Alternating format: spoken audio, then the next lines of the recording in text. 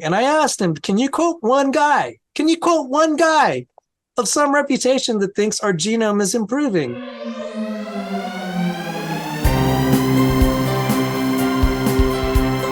Greetings to the brightest audience in the country. Welcome to Real Science Radio. I'm Fred Williams. And I'm Doug McBurney, Bible student, amateur comedian. It's great to be back with you, Fred, talking about real science on Friday. So, Doug, when we were at the ICC conference last summer, I attended this really good talk, and the guy was named Dr. Andy McIntosh, and his talk was titled Language, Coded Instructions, and the Interaction with Thermodynamics. It was a really good talk. I recommend if you can go watch that. So at some point in the talk, he gave a really glowing shout out to a guy named Sal Cordova, who's this up and coming and actually been around for a while, but he's a really dynamic creationist.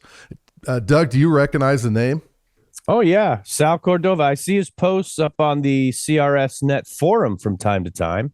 He's always got some interesting and cutting edge comments, 98.7% of them being over my head. And so I did some digging, Fred, and it turns out Sal has 4.5 science degrees, including an MS in applied physics from Johns Hopkins. He's presently working on a PhD. He's also one of the few creationists to ever appear in a cover story for the scientific journal Nature, which covered his work on behalf of intelligent design. Yeah, and I was looking at his bio, Doug, and I see he was also a scientist and engineer in the aerospace industry, and presently serves as a professor and researcher in the area of Christian apologetics at Bible College. So I'm hoping, Doug, that he'll join us on Real Science Radio sometime. Well, Fred, today's the day. It's my privilege to welcome to the Real Science Radio airwaves, Mr. Salvador Cordova. Welcome, Sal. Thank you. Thank you for that glowing introduction.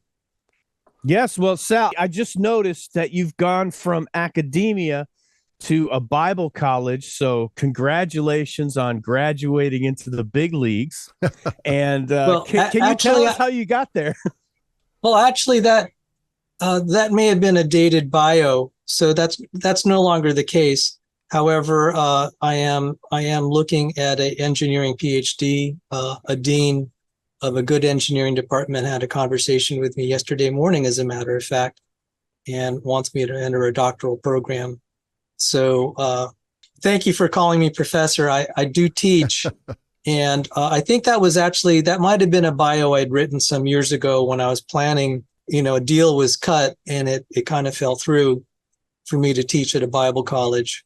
But I love teaching. I teach now on the internet. I probably torture the listeners with some of the stuff that I teach because it is kind of like an academic environment where I would teach from textbooks that you would expect for physics and chemistry students and engineering students. Yeah. So I do have a reputation for torturing my viewers, and I don't have many viewers. Well, Sal, I noticed you have several debates on the internet. And I actually watched one of those, and it was really good. You were debating a guy named Dan, some scientist named Dan, on genetic entropy, because I think you did some work with Dr. Sanford, right? Doug and I met him at the ICC conference, John Sanford, and that was a really good debate. Well, thank you. Dr. Sanford is actually a famous genetic engineer and a research professor from Cornell, an Ivy League school. Oh, he was very right. He is very privileged. Not only is that an elite school, he was very privileged not to even have to teach classes. They wanted him so bad, they recruited him, and all he had to do is research, because that's a lot of professors' dreams is not to be teaching, but to be doing research. And right. Yeah. And he was an atheist. Yep. He became a Christian. Then he was a theistic evolutionist after he became a Christian. And it was about a 10-year journey. He became interested in ID, then an old earth creationist, and then a young earth creationist. I had the privilege of working for him for about 7.5 years. Wow. Before moving on. And the beautiful story about that is when my mother was widowed, I took care of her for 18 years. I left my job in the aerospace and defense industry as a senior engineer, partly to take care of her. The last years of her life, She went home to be with the Lord April 30th, 2021. I needed a job, and Dr. Sanford hired me as his research associate, and I could work from home. And Wow. I was not, and I'm still relatively unknown in the creationist and ID community because some of our publications were so specialized. I often thought, hey, John, I think only 30 people on the planet know or care what we just wrote. Yeah. And he said, well, it's going to be important. It's going to be foundational. And that's starting to come true now.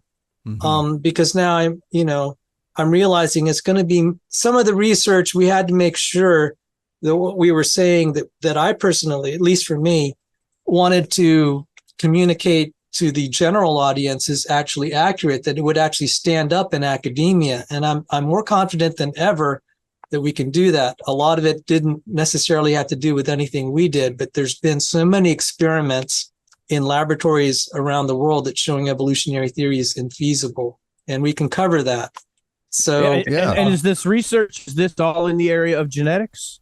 The research is it's being done by people trying to promote evolutionary theory, and it is in the area of, I wouldn't just call it genetics. It's just basically trying to see how things change. And there are numerous papers now. I'll give you a title: Gene Loss by Natural Selection. That's one. Gene Loss by Natural Selection. Okay. One by Lenski. Richard Lenski, and it's really funny. Normally he'll take a premier spot. He buried his name in this particular publication in the middle. And it's like, gee, are you kind of embarrassed about this title? Part of the title says genomes decay. Genomes decay despite sustained fitness gains. And what was this published in? It was in the Proceedings of the National Academy of Sciences. And I'm just like, you ID proponents, this is why I get in trouble. I'm just like, guys, you're having this handed to you on a platter, and sometimes you're just missing it. Yeah. And I'll even repeat it. Of course, I'll be accused of quote mining, and I'm just like, okay, so let me get this straight. The supposed fitness, which is really the reproductive efficiency. Okay, the reproductive efficiency of bacteria is improving because its genome is decaying, and I'm like. Okay, I studied under a evolutionary biologist for a graduate level bioinformatics class at the FAES graduate school at the National Institutes of Health. And he's a staff worker for Eugene Koonin, who in my opinion is the best evolutionary biologist on the planet. In my opinion, other people may dispute that, but I think he has 400 publications. He has a staff of 30 biologists working for him. And he's doing whatever he can to defend and articulate evolutionary theory. He's actually well regarded by intelligent design proponents because he'll have moments where he's fair-minded. And one of those moments, he wrote this. He co-authored a paper with Wolf, so it's Wolf and Koonin, that says genome reduction, which means loss of genes, genome reduction as the dominant mode of evolution. And then there's another title by John J. Welch, What's Wrong with Evolutionary Biology? And I said, guys, look, I'm going to disclose my age here because when I started looking at the creation evolution controversy 40 years ago, we did not have the abundance of stuff we have today. It is so easy to say what a lousy theory this is. I don't have to quote creationists. We don't even need to quote the Bible. The theory is self-destructing. It's just like, if I wanted to debate this, you asked about Dr. Dan, and there was a moment in that two-part debate. I said, Dr. Dan, can you name one geneticist that is telling us he thinks the genome is improving? And he gave a non-answer. Yeah. And I'm like, do you not get it? No one is saying we're improving. This was all about whether the human genome is decaying or really presumably improving. And I asked him, can you quote one guy? Can you quote one guy of some reputation that thinks our genome is improving? And you got his non-answer. Yeah, exactly. Wow. So did this all lead to this work with Sanford? So you're talking about the genome deteriorating, generation over generations. So he wrote this fantastic book that was one of my favorites. I mean, it's probably in my top 5, and it's Genetic Entropy and the Mystery of the Genome. So was your work with him, is that what led to him putting this book out for creationists? Because it is so good, and it was the topic of your debate with Dan. Actually, no. I joined his foundation in 2014, and he wrote the book in 2005, and I'm just like, why is this? Boy, Right. time flies, doesn't it? I guess it has been. It might have been 2004. It might have been 2004. Yeah. I just, as an aside, his first edition of the book had a like a little spaceship on it. Yeah, I'm looking at that right now. Yep. And it's so funny because I wanted him to autograph that one. I'm sorry to give you an aside here. The Raelians called him a high priest of science. They were so admiring of his work. They nominated him to be the high priest of the Raelians. Anyway, I got to work from him from home. And so a lot of that was computational. A lot of that was just research. Mm-hmm. But we have a publication that's in a book that retailed for $1,500. It's now on university shelves. So probably that was one of the bigger accomplishments. We were able to break through the peer review barrier, not because I think it was the act of God, honestly. What had happened was he and Dr. Bill Basner, emeritus professor of mathematics. So you have a great geneticist, you have a great mathematician. They published in the Journal of Mathematical Biology. That got some press on it, and it set records by like a factor of 4 for the number of downloads. The editor was like, what happened? This paper just kind of blew, just kind of dwarfed all the other papers in that journal. It happened to be a Springer Nature journal. And so it caught the attention of the right people. That was published, I think, in the latter part of 2017. The editor, one of the editors of a Springer Nature publication approached Bill Basner and said, write on anything you want. And Bill Basner approached me. He said, I don't really have time to do this. And I said, Bill, he said, write on anything you want. We're not going to have another chance. Most of the time you're submitting stuff and the editor's saying, I don't like it. Goodbye. He's approaching us. He's saying, write whatever you want. And he specifically cited that publication. It was on Fisher's fundamental theorem of natural selection. Fisher's fundamental theorem of natural selection. It'd been around for 100 years. Yeah. And Richard Dawkins, got to give tribute to Richard Dawkins. He said, that's the central theorem of biology. Yeah. Of course, if you go around asking biologists, do you have a central theorem? They're like, huh?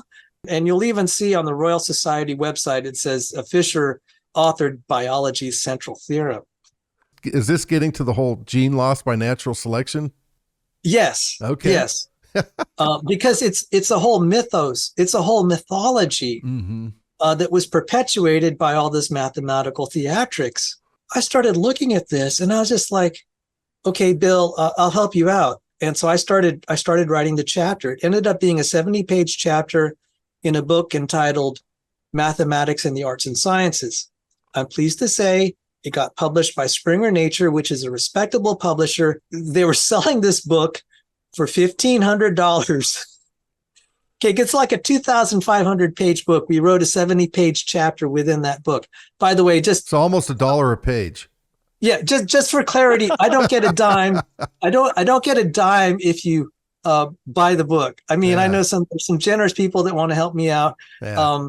The publisher gets all the money. We get the privilege of just being published, and we got some free perks, like you can get all our other books for free, which was nice. Okay. Yeah. All our really expensive books, you get access to them. So that was the perk they gave us. It's on university library shelves. We got a fourth co-author. That's Ola Hosger. He's a Christian. He's an award-winning mathematician in Sweden. They gave him the nation's highest award in mathematics. And he's also a population geneticist. Oh, you could not ask for someone more qualified. Oh, so absolutely. we had John Sanford. By the way, John Sanford's invention is in the Smithsonian National Museum of American History. Doesn't get much better than that. Exactly. Yeah. Doesn't get much better because his invention improved crop yields. It's related to genetics. He invented the gene gun. And we speculate it's probably helped starving billions. I was the dumb kid on the block on this publication. Yeah. It's an honor to work with these gentlemen. I insisted early on, I said, guys, we're going to get shot down if we cite creationist stuff. You know that. We're going to cite mainstream literature, not by the obscure guys. We're going to cite the very best. That would be Joel Felsenstein, Richard Lewontin. We were shocked. I said, oh my goodness, there's so much here that you won't hear in the popular press, but these are by the top guys. I said, there's no reason they should give us a retraction because we're going to cite their own literature. We're going to cite it fairly. We're going to cite their textbooks. Yeah. And, you know, to kind of put this in context where some of the audience could understand, I remember way back when James Crow, he was this prolific writer for Nature magazine, and he wrote about how the human race should be going extinct. And I actually emailed him, and I sent him, which is really pretty basic statistic. It's Poisson distribution. Because you mentioned it earlier, you know, the fitness, how like the number of offspring that a species can have. And it's actually not difficult math. And based on his own numbers, if you put his numbers in, and they were real favorable for evolution, each breeding couple would have had to have 40 offspring to even break even. And I know you've done extra work. I think I saw it in one of your debates, where it's actually, when you get right down to it, and now that we know more about the genome with Encode and whatnot, it's like 40,000 offspring. It's worse. Yeah, it's worse 40,000 than that. offspring per breeding couple. And you want to believe in evolution? That's why, you know, I started my website long ago, Evolution, a Fairy Tale for Grownups, because that's what it is. It's a fairy tale. You have to believe in a fairy tale to think you can have 40,000 offspring per breeding couple. Let me tell you, that's the optimistic number. Yeah, I remember when Crow back then, even 40 was way too optimistic. Now, wait a second, gentlemen. Now, before you go any further, for those of us who are laymen, you have to have 40,000 offspring to break even with what? To not deteriorate, to maybe even have a chance to grow a tail. Oh, the gene loss. Okay. You see, this seemed outrageous. But what's happened, like in the last 5-10 years, we're seeing experiments. And now that we're sequencing human genomes, we're seeing it. Yeah. So this was a theoretical prediction. And when John Sanford came out with his book, we were kind of uncomfortable with what we were seeing. And there were all these predictions. But now we have so many genomes of humans because we're tracking diseases. And I was at Encode conferences, one Encode conference in 2015. And can you tell our audience what's Encode real quick? It's the encyclopedia of DNA elements, something like that. I'm sorry if I get the... Yeah, but it's a project looking at the genome, right, of the human genome. Okay. It's a little funny. They spent originally something like $2 billion, $4 billion to sequence the genome. It's like, okay, now we have the human genome sequenced. It wasn't completely sequenced, but mostly there. And it's like, well, now we have to figure out what we have to do. And so they gave them a small budget, and it's kind of laughable now because it's like, I think you're going to have to spend many factors more to figure out what this does. You know what it says, but now you don't know what it does. So Encode was the first big attempt to figure out what it does. And we're still figuring out what it does. I don't think we really know hardly anything next to what we can possibly discover. Yeah. But that was the big deal. And I remember a quote that you showed in your presentation, and I'm pretty sure Dr. McIntosh showed it at ICC. And that's a scientist, an evolutionist said, if Encode is true, then evolution is false. He said it angrily, apparently. Yes, that was Dan Grauer. And so so Doug was asking about that 40,000 number, if I could explain it. Yeah. It's actually pretty easy. When we look at the children, they're all a little different from each other, from the same set of parents. Each child inherits different traits from their mother and father. Now, if there's even just, and Nobel Prize winner Hermann Muller was the one that started all this because he won the Nobel Prize studying the effects of radiation on subsequent generations. He's very concerned about mutation. So the natural question came up, what is the tolerable mutation rate? What is the tolerable mutation rate? So what'll happen is, let's say mom and dad each have a slight defect they pass on to their children. There's a chance, and you see this kind of when we talk about heritable diseases, there's a chance that one kid might not inherit it through all the recombination or whatever. You know how the genes, technically the alleles shuffle. And so there's a chance there's one kid that's not going to inherit it. But James Crow said, okay, if we get one new defect per individual per generation, so if mom creates one defect and dad creates one defect, given the population, we're not going to be able to, the reproductive excess, the number of kids people are having, we're not going to be able to recover it. So one strategy is to just keep trying. It's just like kind of rolling the dice until you get one that you get the roll that you want. So keep having kids till you have one that doesn't have the right. harmful. That's basically it. Yeah. So when you work it out with a Poisson distribution, at 3 mutations, every female needs to have 40 kids. At about 10, every female has to have 44,000. And Dan Grauer was like, okay, this is a great scene. I and someone else, Peter Leeds, we managed to get Dr. Sanford to talk at the Mazur Auditorium at the NIH, October 18th, 2018. That was a big deal.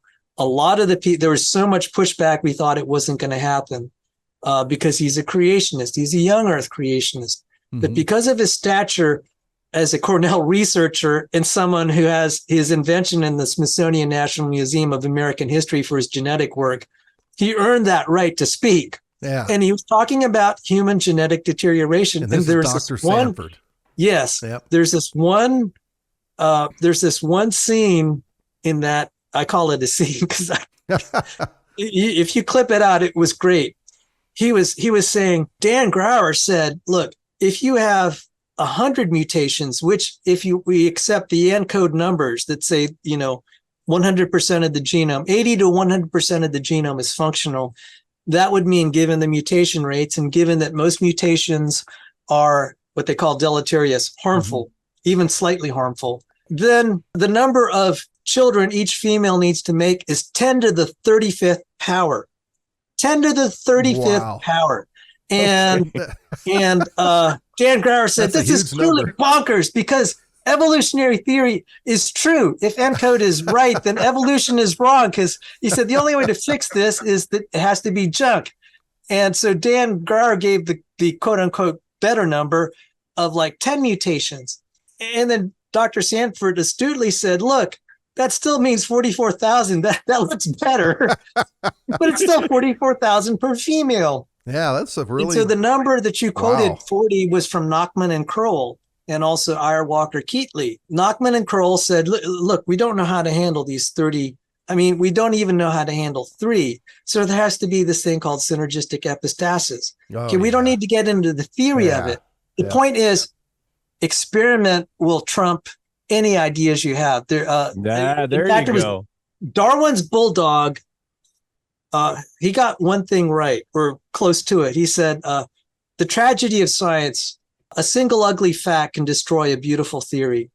And we're getting a lot of these ugly facts. And I confronted Dr. Dan in my debate. I said, can you name one? Can you name one geneticist of prominence that thinks the human genome is getting better? And that was a debate I had in 2020 in the summer. Now, is this just the in same the last Dan? 3 years? Is this the same Dan Grauer, or is this a different Dan? Oh, Dan Cardinale. I'm sorry, okay. Dan Cardinale. Yeah. But in the last 3 years, I said, look, I'm finding all these experiments now that I overlooked. It didn't occur to me to look. And so, Eugene Koonin, Wolf and Koonin, the genome reduction is the dominant mode of evolution. And then I saw Lenski.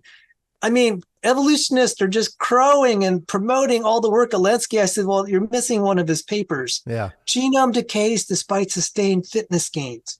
And there's a lot of things.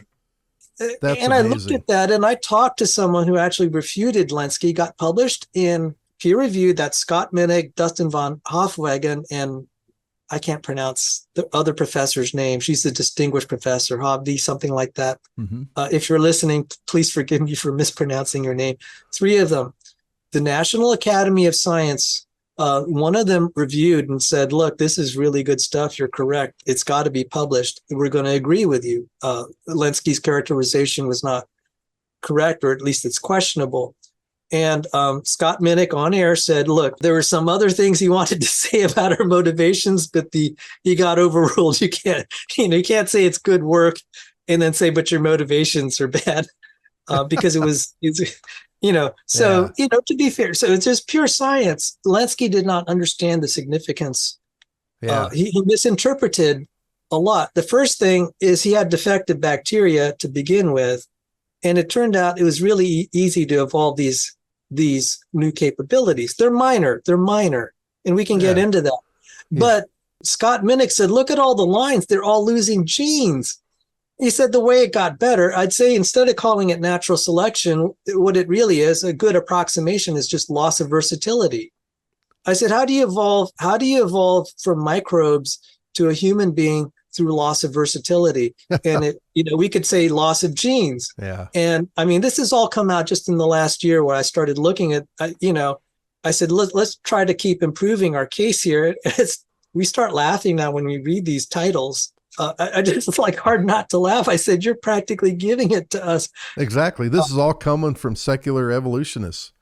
Yes. So I have a question, and correct me if I'm wrong. When James Crow, when he came up with his number of 3 mutations, I'm pretty sure he was only looking at like 5% of the genome. Because back then they assumed that everything was junk except for maybe some small percentage, and that we were 98% similar to chimps. So if I remember correctly, they were only looking at the introns for mutation rate. And so now that we have Encode years later, you actually have a much higher mutation rate because there's actually more of the genome that's functional. Is that correct? Is that why that number became higher? Why we went from 40 offspring, best case for evolutionists, to now 10 to the 33rd power? 10 to the 35th. Oh, okay. That could be the huge difference right there. Almost half the molecules in the universe is the number of offspring one woman has to have for evolution to have a fighting chance. Unfortunately, the history of this is really hard to reconstruct. Okay. But the science historians, if I get this wrong, please correct the record. Yeah. But I think what happened is Ono decided Nobel Prize winner Herman Muller's 1950 paper, Our Load of Mutations. If you look at it, it uses the haploid number of 0.5, which is the diploid number of 1 mutation per generation per individual. And Ono said, okay, now that we've kind of have an idea how big the genome is, he said, look, given that most changes to the genome will cause even a slight defect, and you can only tolerate 1, this means since evolution is obviously true and the genome is big, and then we acknowledge Herman Muller, we can only tolerate 1 of this. So the implication is most of the genome has to be junk. So that's where it began, not by any empirical research, not by any, this was a myth that was begun by evolutionary biologists. It wasn't done because we actually knew what the genome did. We just barely, we hadn't even sequenced it at that time. We kind of weighed how much DNA was there and kind of estimated. So we didn't even know. So that's where the number came from. This is where I get a little upset with evolutionary biologists. I said, a lot of your ideas just came from your imagination. It didn't come from actual scientific research. This is doctrine. This is a religious belief. And I said, look, okay, I'm a man of faith. You are too, but you don't want to admit it. Exactly. Yeah. Oh, wow. Well, hey, I feel like we're breaking news here on Real Science Radio, which isn't that unusual, but evolution's been dead and buried for at least 5 years, according to what I'm hearing here. If anyone would actually look at reality, but they're not looking at reality, are they? Yeah, it's hard to give up. And, we have a lot, I was a theistic evolutionist. And so I kind of know the mindset. We can be quick to say it's all about, they want to be immoral or whatever. And I'm just like, I think it's more nuanced than that. There is in science, even among Christians, and I think of like Arthur Eddington, as far as the Big Bang, he was a Quaker. I consider him a believer. We tend to believe what we can understand. And if you at least have an illusion that you think you figured it out, then you're going to believe it. Yeah. What's happening is that it's like we might have to accept that there are processes that we'll never comprehend, that we can't resolve in the laboratory. And that's kind of hard to give up. So even as a Christian, it's like, okay, when I'm going to have to, it's like as a Christian, we believe in eternal life. It's like, that's going to be a biomechanism I'll never comprehend. I have to accept it by faith. And that is a little bit uncomfortable step. or even just like trusting God for the next day's provisions that you're. Yes. So I'm not, I'm trying to be careful and say, look, because I struggled. The reason I got in creation science, I was really struggling with my faith. I nearly left. And thank God there were people like Fred Williams who had websites that I could visit, people like Walter and mine. And I kind of crawled through all this. So thank you for your website. And I still remember your arguments. The exploding giraffe is still my favorite pictures on your website, your evolution fairy tale, and all your debates with Scott Page. Yeah, those were a lot of fun. Interesting. Yeah, some former Army Ranger guy who had a PhD and worked up near Boston. Yeah, that's interesting. You remember that. Wow. I nearly lost my faith. And I said, look, I lived a pretty dull life. It's like I never was the sort that would want to live rancorously or, decadently. I love flying airplanes, and I love playing the piano. And it's pretty, it wasn't like I was eager for a sinful lifestyle, so to speak. But right. You weren't like Freddie Mercury or anything. You're just a guy. Yeah, right. But still, just the ordinary Joe. And I said, look, I'm having all these doubts, and there did come a point. It's like, okay, I'm going to have to trust the greater power for things I can't control, and that's a little bit scary. I have. Jesus said, "Don't worry about your food and clothing and your provisions. Seek ye first the kingdom." And I'm like, okay, this is kind of scary. Yeah. And so when it comes to the creation of life, it's like, it's kind of tough to say, I can't tell you the mechanism. I can only tell you, I think it's a miracle of God. A God we can comprehend and understand is no God whatsoever. There's going to be a point he's going to have so much ability, you're just not going to comprehend it. Yeah. And so I think that's just kind of the uncomfortable thing. So, why are they holding on to it? I think we're destroying their delusions, and it's hard. Yeah. It's hard. Sal, we're actually out of time, but there was so much more I wanted to get to, and this is such a great conversation. Would you be willing to come back for a part 2? Oh, yes. Part 3, part 4, yeah. Part 5. Love it, man. There it is. Right. Yeah, this is a great opportunity to kind of show kind of the cutting edge of where I think both intelligent design and creation science are going. Yes. You're seeing the cutting edge of it at this point. Well, I definitely have heard some of it today. It's amazing. It's amazing what we haven't seen, and I definitely want to have you back, Sal, to talk about more. Thank you so much. Thank you. Okay, so for Doug McBurney and Sal Cordova, I'm Fred Williams of Real Science Radio. May God bless you.